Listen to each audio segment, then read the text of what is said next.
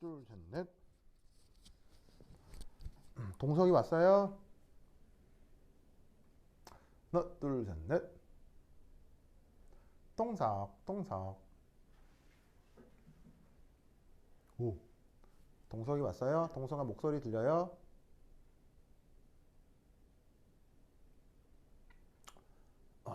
오, 좋았어. 자, 가자. 좋아. 자, 지워보고.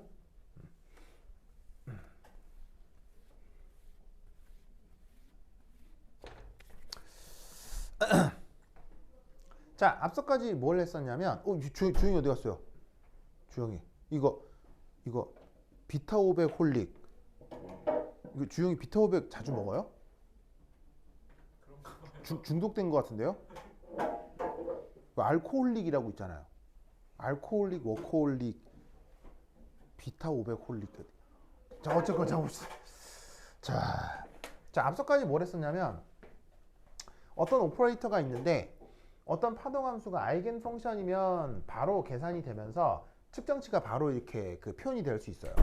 근데 뭐일 수도 있냐면 어떤 파동 함수가 항상 어떤 오퍼레이터의 아이겐 펑션이 아닐 수도 있잖아요. 그럼 그럴 경우는 어떻게 되느냐? 이렇게 표현할 수 있습니다. 자, 5.3의 오퍼레이터의 1, 2 두 번째 얘기. 자, 파동 함수가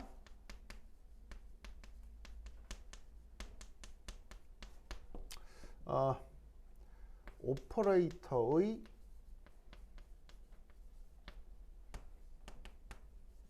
아이겐 펑션이 아닌 경우.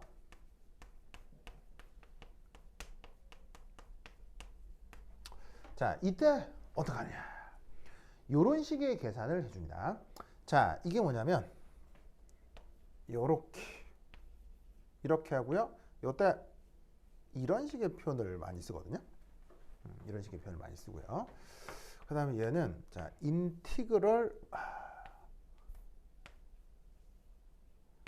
짠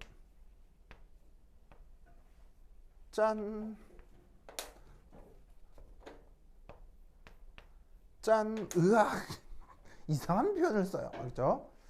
아, 이상해. 이상해.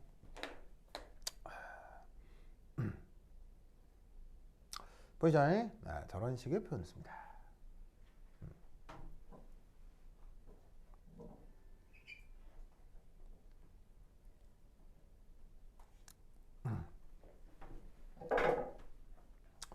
보이죠?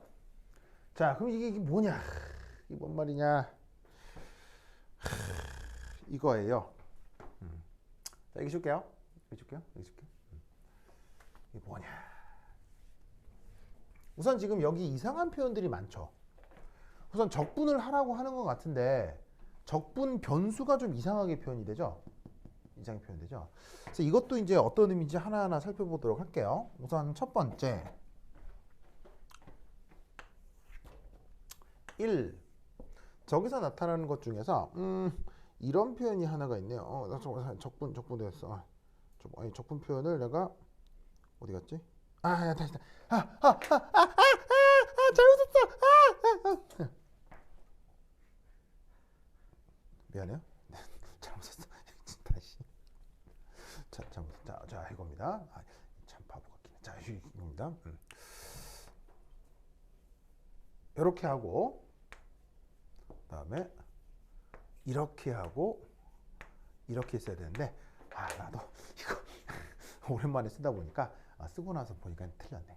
자, 우선 저렇게 있습니다.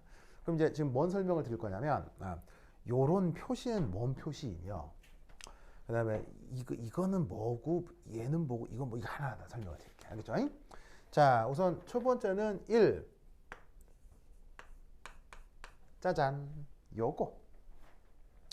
자, 이게 뭐냐면 얘는 바로 켤레 파동 함수입니다.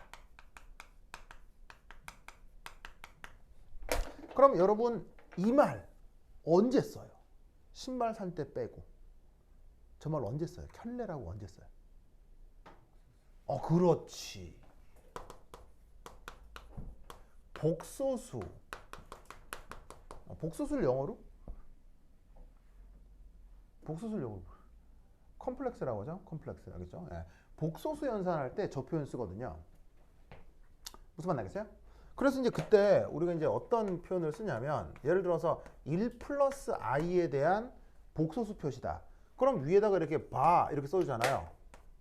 맞나? 맞죠? 이렇게 해주죠. 이렇게 쓰죠, 복수. 그럼 얘는 뭐 의미가 뭐냐면 1 빼기 i 이걸 뜻하잖아요. 알겠죠? 그러면 이제 이게 의미가 뭐냐면 바로 이겁니다. 바로 일반적으로 이 파동함수 파이는 복소수 함수예요.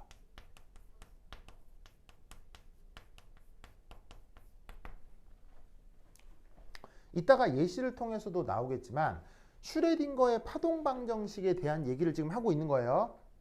뭔 말이냐면 지금 챕터 제목이 5 슈레딩거 파동 방정식이 5.3, 5.12 이렇게 이야기하고 있기 때문에 이 모든 카테고리는 슈레딩거 방정식에서부터 얘기가 진행이 되는 건데 아까 슈레딩거 방정식의 꼴 봤죠? 그 슈레딩거 방정식을 풀어서 어떤 파동 함수를 시스템마다 얻게 되는데 왜냐하면 시스템마다 위치 에너지 오퍼레이터가 달라지기 때문이에요.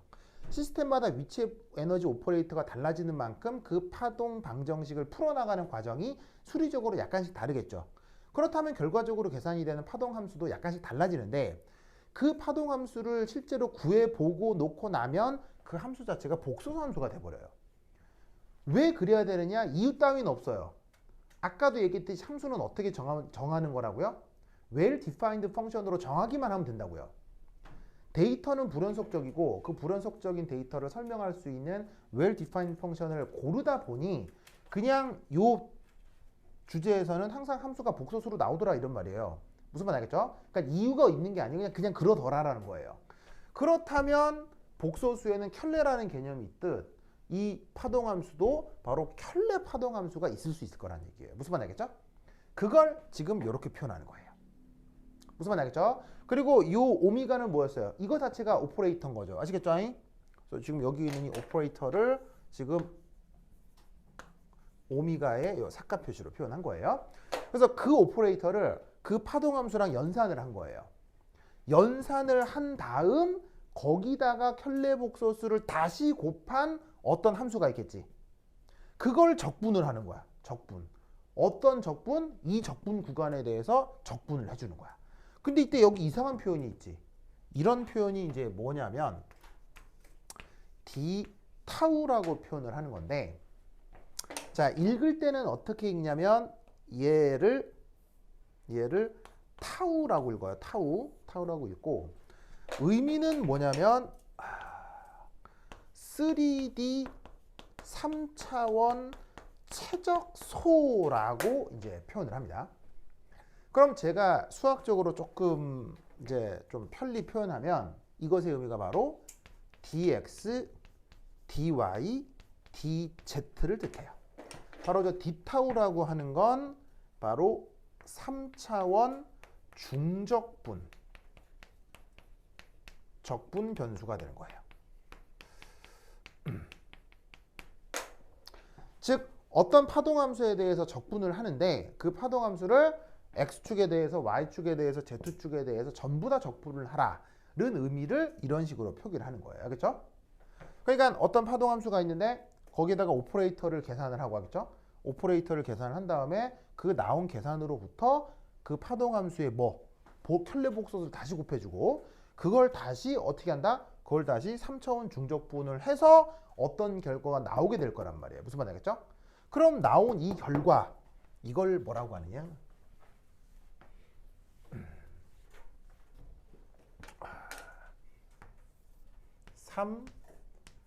요렇게 표현되는 이 값. 요 값 보이죠? 요 값. 이 값을 뭐라고 부르냐면 expectation value라고 해요. expectation value. 우리말 번역은 기대치. 기대치. 무슨 말 알겠죠? 기대치입니다. 그러면 이 기대치라고 하는 건 뭐냐? 요겁니다. 저 오퍼레이터 이 연산과 관련된 물리량이 있을 거 아니에요.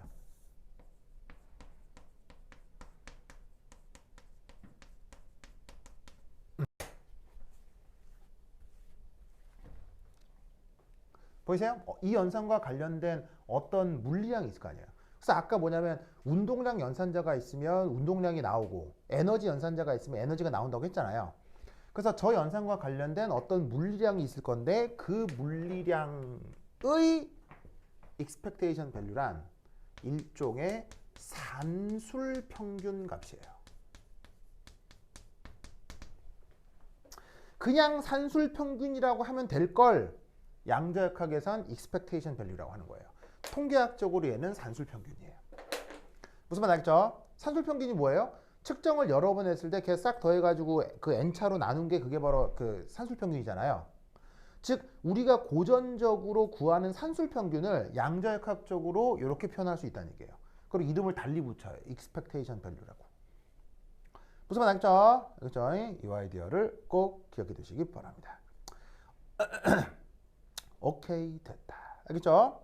자, 그렇다면 이때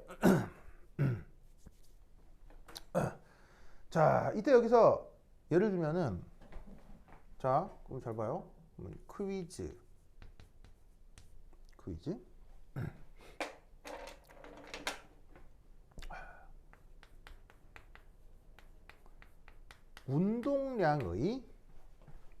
운동량의 불확실성을 표현하시오.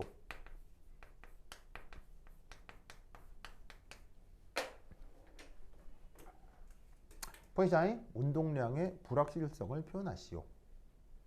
자, 이 불확실성이라고 하는 게 뭐였어요? 불확정, 아니, 그러니까 아까 그 하이젠berg 불확정성, 불확정성.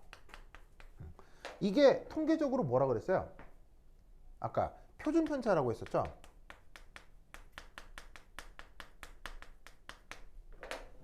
그러면 지금 이 말은 운동량 측정의 표준 편차를 양자역학적으로 표현해 보라는 얘기인 거예요. 알겠죠? 자, 그러면 첫 번째 1. 어떤 일반적 물리량 X의 표준 편차 표현.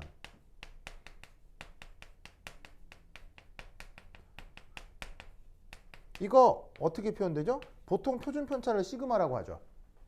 그런 다음에 어떻게 하는 거냐면 이렇게 하잖아요. 그 X 변수를 어떻게 해요? 제곱한 다음에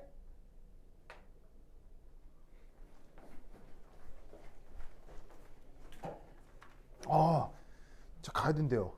그래요. 네, 그래요. 저 힘내요. 그렇죠? 네. 네, 그렇구나. 네. 제 이따가 여기 강의 이게 스트리밍 한 걸로 보세요. 알겠죠? 녹화된 걸로 하겠죠? 네. 자, 보자.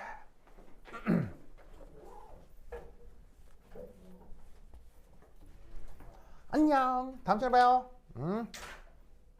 자, 다시 우리가 통계 시간에 배운 표준 편차 표현 어떤 거였냐면요. 이거 지금 여기 쓸 거는 중학교 1학년 때인가 2학년 때 수학 시간 나오는 그거 얘기하는 거예요. 자, 뭐냐면 어떤 변수가 있는데 변수를 제곱한 걸 평균해요.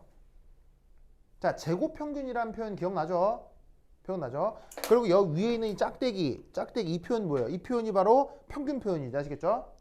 그런 다음 그 변수 x를 다시 평균하고 그걸 제곱하는 거지. 이런 표현 했던 거 기억나죠?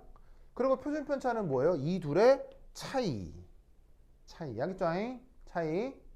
그리고 그걸 다시 루트. 아시겠죠? 이게 바로 그 중학교 통계 시간에 배웠던 표준 편차 표현이죠. x라고 하는 어떤 별량이 x1, x2, x3 여러 개 있을 건데 걔네들을 평균한 다음 평균치의 제곱. 그 다음에 x1, x2, x2를 각각 제곱해서 그걸 평균한 것의 차이를 루트 한 개 표준 편차지. 이걸 양자역학적으로 표현하면 되는 거예요. 무슨 말 알겠죠? 그러면 이제 어떻게 된다?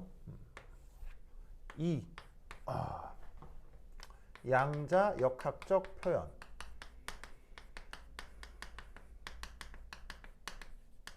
자, 바로 운동량 P에 대한 보시다시피 기대치 어떻게 표현해 주면 되겠습니까? 인티그럴 파이 백설표 그 다음에 운동량 오퍼레이터의 파이 d 타우. 무슨 말 알겠죠? 알겠죠? 그리고 이때 운동량의 제곱에 대한 기대치. 얘는 어떻게 하느냐? 인티그럴 파이 백설표의 요 오퍼레이터 연산을 2번 하는 거예요. 무슨 말 알겠죠? 그러니까 여기에 있는 오퍼레이터 연산을 이 파동함수에 대해서 2번 연산을 하고 그 다음 다시 켤레복소수를 곱해서 적분하라는 얘기예요. 무슨 말 알겠죠? 그러면 이때 아까 얘기했던 운동량에 대한 불확정성은 어떻게? 여기에 있는 운동량 기대치, 운동량 제곱의 기대치에서 그 다음 운동량의 기대치의 제곱을 빼기 한 다음에 루트 취한 거. 이게 바로 하이젠베르그가 얘기하는 불확정성인 거예요. 아시겠죠? 그래서 하이젠베르그의 증명 과정에서는 이 모든 것들을 수학적으로 표현한 거예요. 그렇죠? 다 수학적으로 표현한 다음에 이거를 운동량과 위치 표현에 대해서 계산을 해서 그걸 곱해서 어떻게 해서 부등식을 찾아내는 거예요. 무슨 말 알겠죠? 그래서 원래 불확정성은 이렇게 표현되는 거다. 그런데 불확정성 원래 아까 할 때는 그냥 뭐 위치 같은 경우에는 사용하는 빛의 그 파장을 바로 위치 측정의 불확정성이다 뭐 이렇게 얘기를 했었잖아요. 근데 그건 대강 그렇게 하겠다는 거고요. 엄밀한 의미로는 이렇게 표현되는 거예요. 이게 지금 운동량이니까 이런 표현이고요. 만약에 위치면 여기 x 쓰면 되는 거예요. 무슨 말 알겠죠? 네. 그래서 이런 식으로 그 expectation value라는 개념을 사용한다라는 것을 꼭 기억해 두시기 바랍니다. 알겠죠? 그렇죠? 오케이, 됐다. 자, 그 다음 여기 줄게요. 그 다음 나온 김에 또 문제 하나 풀어볼게요. 자, 또 하나의 퀴즈. 자, 얘 표현이 뭐라고 했었냐면요. i분의 h바 d dx라고 했었죠. 그리고 이 표현이 뭐라고요? 얘가 운동량 연산자였어요. 어디서? 1차원에서. 찾았죠? 그래서 이 연산자와 그 다음 어떤 파동함수, 1차원 파동함수가 있는데 그 파동함수가 뭐 왜 이렇게 나온지는 모르겠는데 어떤 시스템에서 만약에 a의 익스포넨셜의 ikx 요런 꼴의 어떤 파동함수가 있다고 쳐봐요. 그러면 이 연산자와 이 파동함수 사이의 관계는 어떻게 될까요?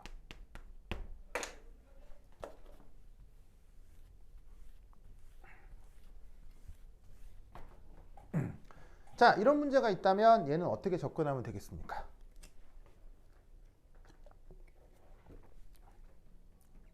자, 파동함수가 어떤 연산자와 무슨 관계냐를 묻는다면 관계는 한 가지밖에 없어요. 아이겐 펑션이냐 아니냐. 무슨 말 알겠죠? 그럼 제가 아이겐 펑션인지 아닌지 알 수 있는 방법은 뭐예요? 연산해보면 되는 거지, 뭐 하겠죠? 그럼 연산해서 그 결과로부터 얘가 아이겐 펑션의 관계다, 아이겐 펑션의 관계가 아니다 이렇게 찾으면 되는 거예요. 그럼 뭐냐? 바로 저기에 있는 이 연산자 오퍼레이터의 저 파동함수를 같이 계산해서 엮으라 이런 말이죠. 알겠죠? 자, 그럼 이때 어떻게 해라? h바의 i의 d 파이 x의 dx 이렇게 하라는 얘기잖아요.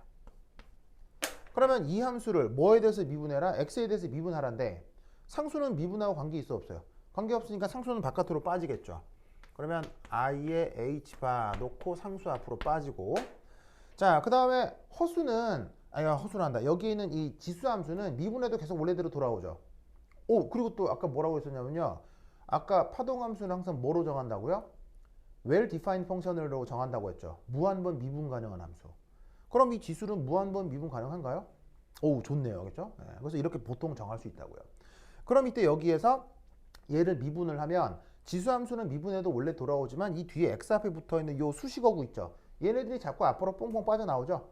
그럼 미분할 때 이제 어떻게 해야 돼? 여기에 곱하기 ik가 앞으로 빠져나오고, 그 다음에 다시 익스포넨셜 ikx가 되는 거지. 무슨 말 알겠죠? 그렇다면 이때 여기서 어떻게 된다?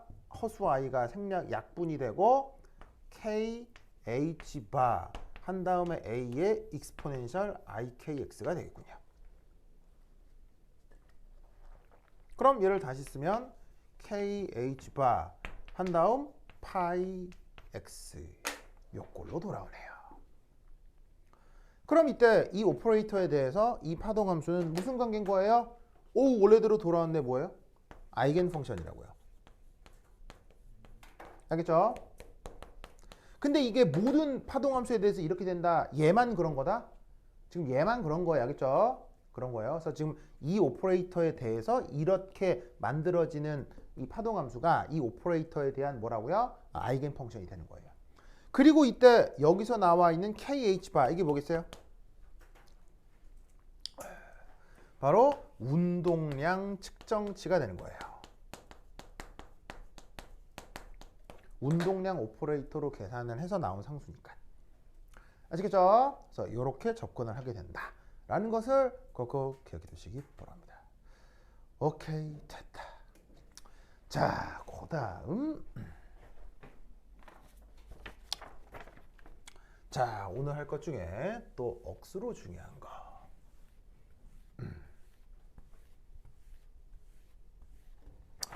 자, 오퍼레이터 마지막 이제 세 번째.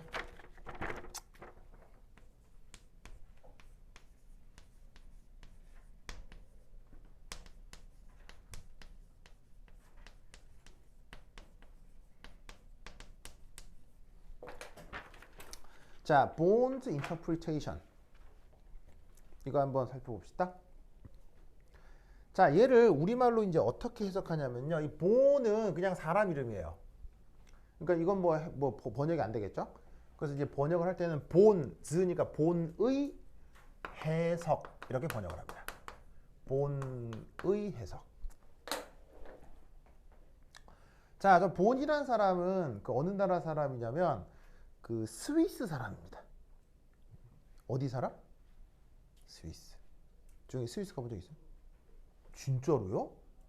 이야, 그럼 가서 요들송 불렀어요? 네? 스위스 가서 요들송 불렀어요? 요리. 한우 갔다고요? 아, 그렇구나. 알겠습니다. 주영이는 이 스위스? 아, 가봤어요? 가서 뭐 언제 가봤어요? 언제 가봤어요? 중학교 때 가서 뭐 했어요?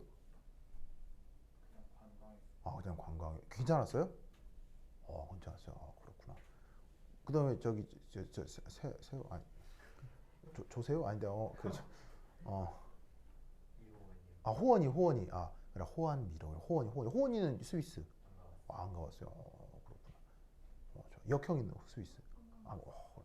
둘이 같이 가면 되겠네. 그러고 싶진 않아요. 네, 알겠습니다. 스위스. 난 또 스위스 신혼여행 때 갔었죠. 가지고 신혼여행 때 스위스 가서 스키를 탔죠. 진짜 좋습니다. 정말 내 인생에 몇 번 없을 진짜 정말 좋은 기억 중에 하나인데. 근데 또 스위스가 국가 이미지가 좋아요, 안 좋아요? 스위스 하면 매우 부정적이에요, 매우 긍정적이에요? 스위스 하면 이 스위스 놈들 다 때려 죽여야지 이런 생각이 들어요? 이거 스위스 되게 긍정적이잖아요. 근데 여러분 스위스 사람들요 굉장히 무서운 사람들입니다.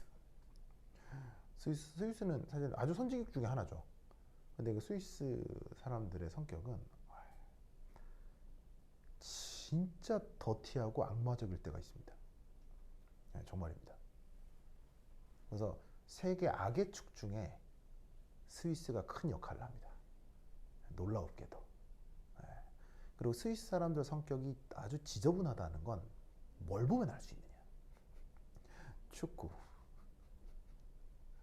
스위스 축구가 유럽에서 더럽기로 소문이 났어요.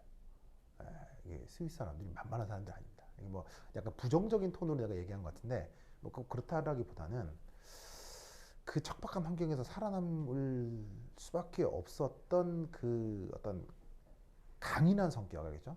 그리고 살아남기 위해 생존을 위해서 모든 것과 타협해야 했던 뭐 그들의 역사와 관계가 있긴 하겠죠. 뭐 여하튼 그렇습니다. 그래서 때로는 스위스가 아주 굉장히 나쁜 것들과 연결되어 있는 것들도 있어요. 여러분들은 잘 상상을 못하는 그런 소리인데, 하여튼 스위스의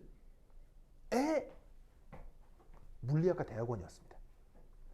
얘가 물리학과 석사 과정을 19살에 마치면서 학위 논문을 쓴 게 있는데 그게 보온의 해석이고 그걸로 노벨상을 받습니다. 19살.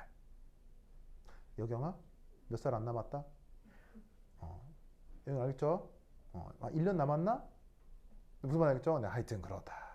주영 알겠죠? 몇 년 안 남았다. 자, 이 뭐냐? 우선 첫 번째 일. 아까 슬쩍 언급했는데 파이는 뭐라고 했어요? 아까 복소수 함수라고 했죠.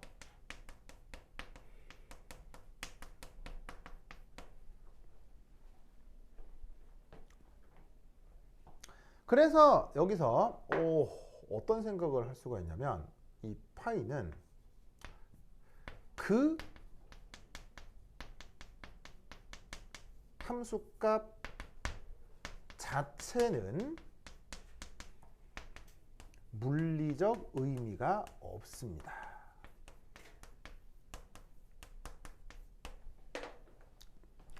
자, 이 얘기 했죠. 아까 복소수 함수. 왜 복소수 함수냐? 이유 따위는 없다고 했어요. 그냥 계산해서 나온 거니까 그냥 그러려니 하시면 돼요. 알겠죠?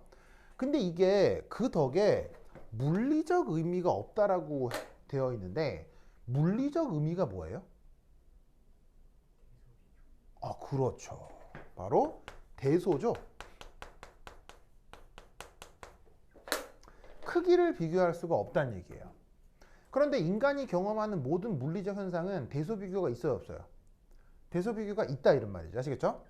그런데 이 복소수 함수는 대소 비교가 안 되는 함수이기 때문에 이 파동 함수에서 나오는 그 실제적인 그 값은 그걸로 물리적인 상황을 표현할 수가 없다는 얘기죠. 그런데 다만 아까 뭐라고 했었냐면 요 파이는 그 시스템의 정보를 포함하고 있을 뿐이죠.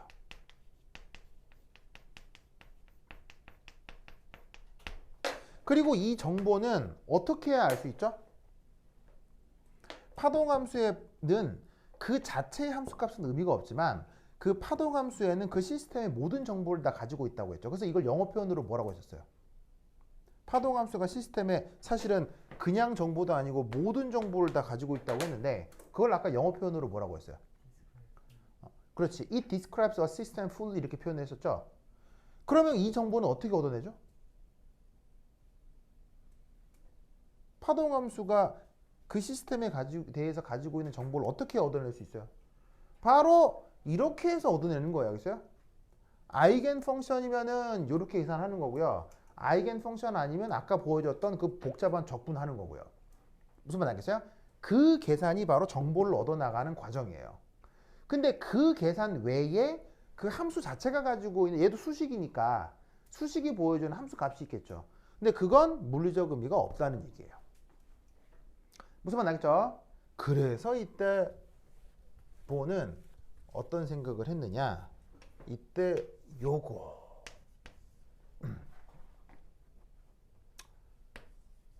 파이를 이용하여 입자의 존재 확률을 표현할 수 있다 라고 생각한 겁니다. 알겠죠? 자, 우선 첫 번째 조 본이 생각했던 것 중에 되게 중요한 녀석이 바로 뭐냐면 probability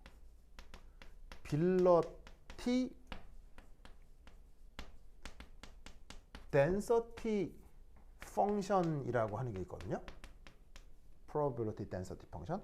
우리말 번역은 뭐냐면요. 바로 확률 밀도 함수예요. 확률 밀도 함수. 그걸 저기에 있는 본은 어떻게 해석을 했냐면 이렇게 해석을 했습니다. 바로 파동 함수가 있는데 이 파동 함수가 복소수 함수니까 켤레가 나타날 수 있다고 했죠. 그럼 이 파동 함수의 켤레와 그 원래 파동 함수를 한 번 더 곱해주는 거예요. 그럼 이건 뭐가 되냐면요. 그 파동 함수의 크기의 제곱이 돼요. 크기의 제곱이 돼요. 알겠죠? 그러면 얘는 어떻게 해석을 할 수가 있냐면 자, 예를 들어서 어떤 허수가 1 플러스 i라고 하는 게 있다고 쳐봅시다. 그러면 이것에 대한 켤레는 뭐예요? 바로 1 마이너스 i죠. 그럼 얘는 계산하면 어떻게 돼요? 1제곱 더하기 1제곱이 되죠. 그럼 얘는 뭐냐면은 바로 1 플러스 i의 크기의 제곱이 되는 거지. 복소수에서 이런 식의 연산을 하죠. 그러니까 뭐냐면 어떤 파동함수가 있는데 그게 복소수라면 무조건 켤레는 있을 거고 켤레하고 걔를 곱해주면 그게 바로 크기의 제곱이 된다. 무슨 말 알겠죠? 그러면 이때 여기에 있는 이 복소수 크기의 제곱은 얘는 언제나 뭐가 된다? 0보다 큰 실수가 된다 이런 말이에요. 왜냐하면 크기니까 크기는 음수일 수 없죠. 무슨 말 알겠어요? 그리고 크기가 허수일 수는 없잖아요. 무슨 말 알겠죠? 그래서 이런 식의 수리적 관계를 갖는 얘를 probability density function이라고 한 거예요. 우리말로는 확률 밀도 함수. 근데 이게 말 자체가 확률 밀도 함수라는 걸 명심해야 돼요. 왜냐하면 저 확률 밀도 함수는 그 자체로 확률이에요? 그 자체로 확률이 아니에요? 그 자체로 확률이 아니라는 거예요. 그 자체로 확률이었으면 그냥 확률이라고 하겠지. 확률이 아니니까 확률 밀도 함수라고 한 거예요. 이걸 명심해야 돼요. 그래서 보는 쟤를 확률 밀도 함수라고 정하고 그 다음 여기서 어떻게 생각을 하느냐. 얘기해 줄게요.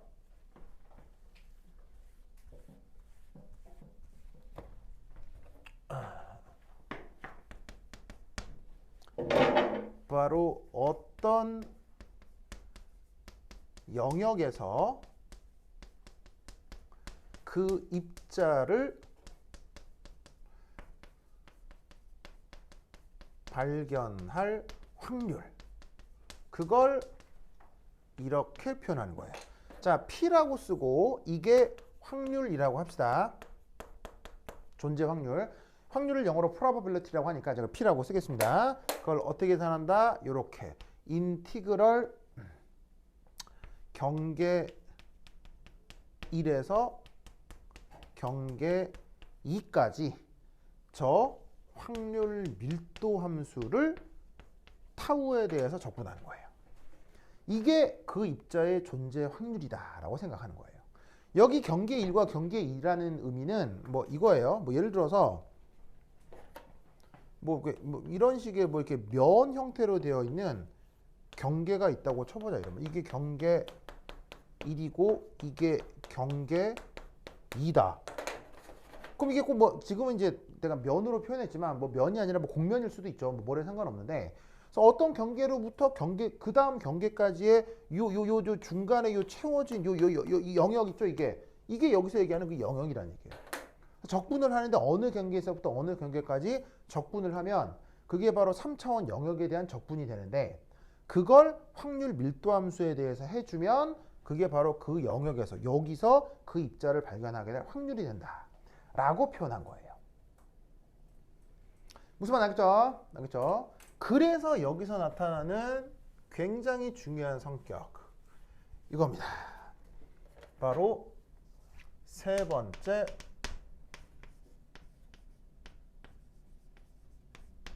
노멀리제이션이라고 하는 가정입니다. 자, 노멀리제이션 우리말 번역은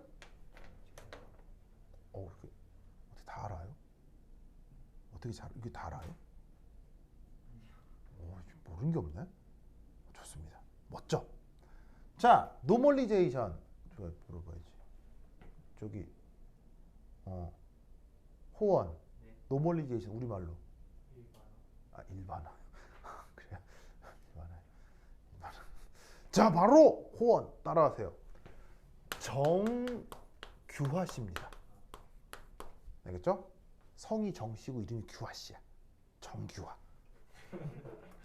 알겠죠? 정규화. 이 노래 알아요? 몰라 알 수가 없어 하는 이 노래 알아요? 몰라 알 수가 없어 하는 노래가 있는데 아니면 이제는 웃는 거야 스마일 어게인 행복한 순간이야 해피데이 이런 노래가 있거든요. 누가 채팅쳐요? 채팅이다. 뭐라고요? 용범이가 웃기대요. 진짜로요? 네, 알겠습니다. 이 노래 알아요?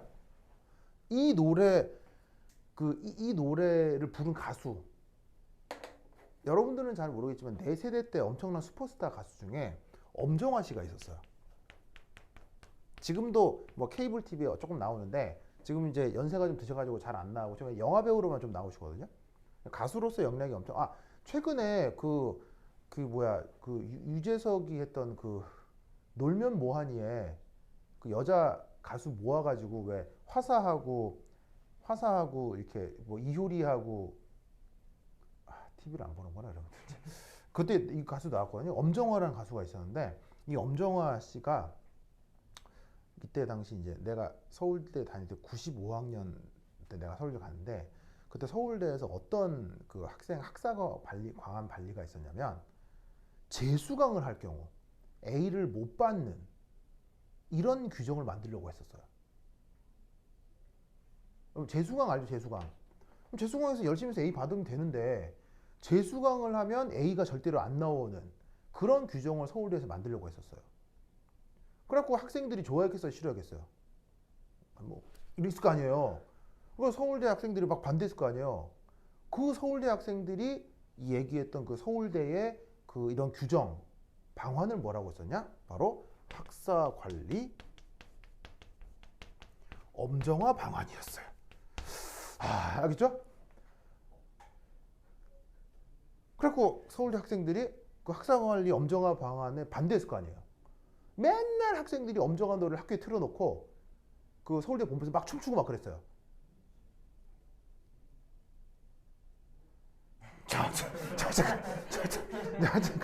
그런 적이 있었다. 알겠죠? 그래서 이제 그래서 영화 배우 중에 정규화 씨가 있어요. 알겠죠? 정규화 씨가. 자, 하여튼 그렇다. 네, 그래서 노멀리제이션 우리말로 정규화. 자, 이 뭐냐? 바로 이겁니다. 모든 파동 함수는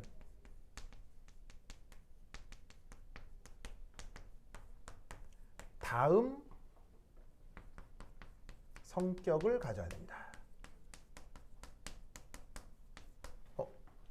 자, 갖는다 할 때 지금 맞죠? 이게 가지다 맞죠? 갖는다. 어떤 성격을 가지느냐? 바로 요거. 인티그럴 마이너스 무한대에서 무한대까지 파이 켤레 파이 d 타우.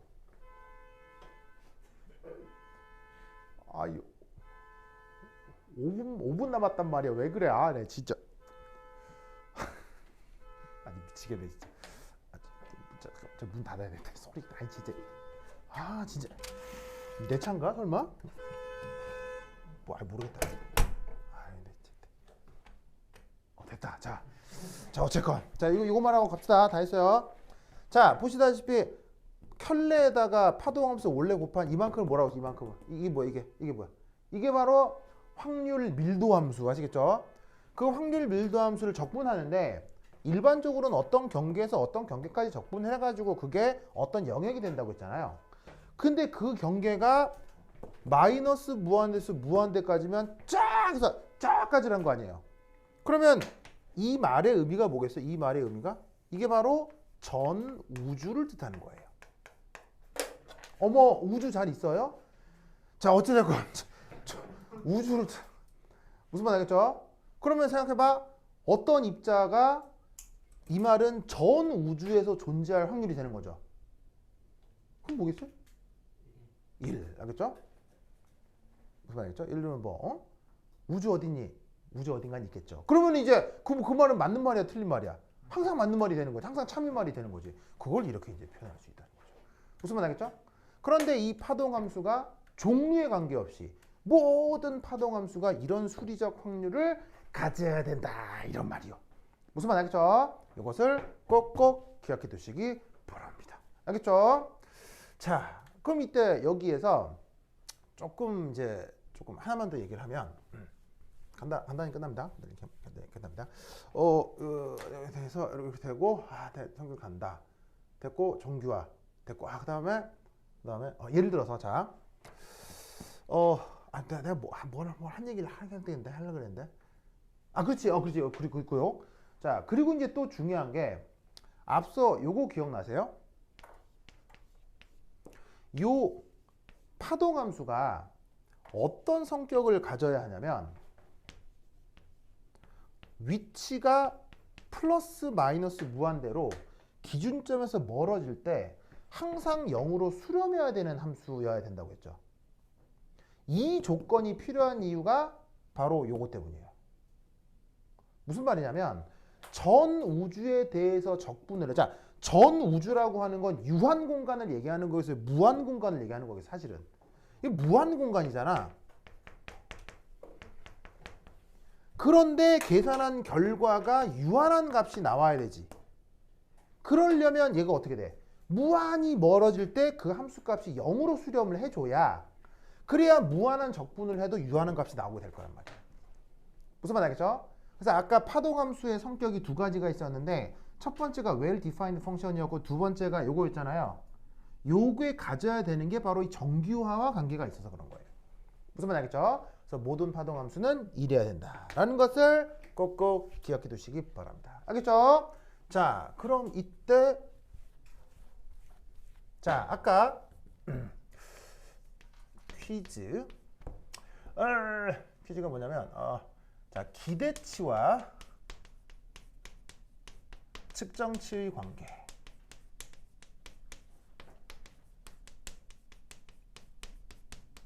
자, 여러분 아까 여기 기대치였잖아요. 이 기대치 어떻게 표현이 됐었냐면 인티그럴 마이너스 무한대에서 무한대까지 파이 백설표 오미가 파이 d 타우 이렇게 표현됐었거든요. 보이세요? 자, 근데 이때 여기서 가정을 하나 합시다. 어떤 가정을 하냐면 파이가 오미가의 아이겐 펑션이라면 얘는 어떻게 바뀔까요? 인티그럴 마이너스 무한대에서 무한대까지 파이 백설표에 W 파이 D 타우 바로 요만큼이 이렇게 바뀌겠죠? 맞아요? 아이겐 펑션이면 오퍼레이터랑 연산을 했을 때 적분과 관계없이 바로 그냥 어떤 상수가 나와야지. 무슨 말 알겠죠? 그런데 이렇게 해놓고 나니 여기에 있는 이 W는 그야말로 그냥 상수잖아. 아이겐 펑션에서는. 알겠어요? 그럼 상수는 적분하고 관계 있어 없어? 관계없지? 그럼 바깥으로 빠져. 그러면 W의 마이너스 무한대에서 무한대까지 D 타우가 되는 거야. 무슨 말 알겠죠? 그런데 이게 뭐야? 그냥 W가 되는 거지. 왜? 모든 파동 함수는 무슨 성격을 가지니까 이게 1이 돼야 되니까. 이걸 무슨 성격이라고 해? 정규화라고 한다고. 알겠죠? 그러니까 어떻게 되겠어요? 어떤 파동 함수가 어떤 오퍼레이터의 아이겐 펑션이 되면 그 기대치 자체가 측정치가 된다고. 아니, 기대치가 측정치가 된다고. 무슨 뜻인지 아시겠죠? 자, 이런 관계를 저 노멀리제이션에서 생각할 수 있어야 돼요. 알겠죠? 지금 얘기한 이 그 오퍼레이터의 특징 이런 거 잘 정리하시고요. 특히나 마지막에 했던 저 본의 해석 있죠? 저 본의 해석에서 특히 저 정규화 이게 앞으로 계속 나올 거예요. 다음 시간에 엄청 나올 거예요. 알겠죠? 그래서 저 정규화라는 저거를 꼭 잘 기억을 해두시기 바랍니다. 그래서 오늘 여기까지 하고 다음 시간에 드디어 이제 뭘 할 거냐? 파티클 이너 박스를 할 거예요. 그렇죠? 상자 속 입자라고 하는 주제를 할 건데 이게 또 억수로 중요합니다. 알겠죠? 여러분 학교 시험에서도 굉장히 자주 나오고 그래서 요거 다음 시간에 하도록 하겠어요. 오케이, 됐다. 그럼 오늘 여기까지. 다음 시간에 만나요. 안녕.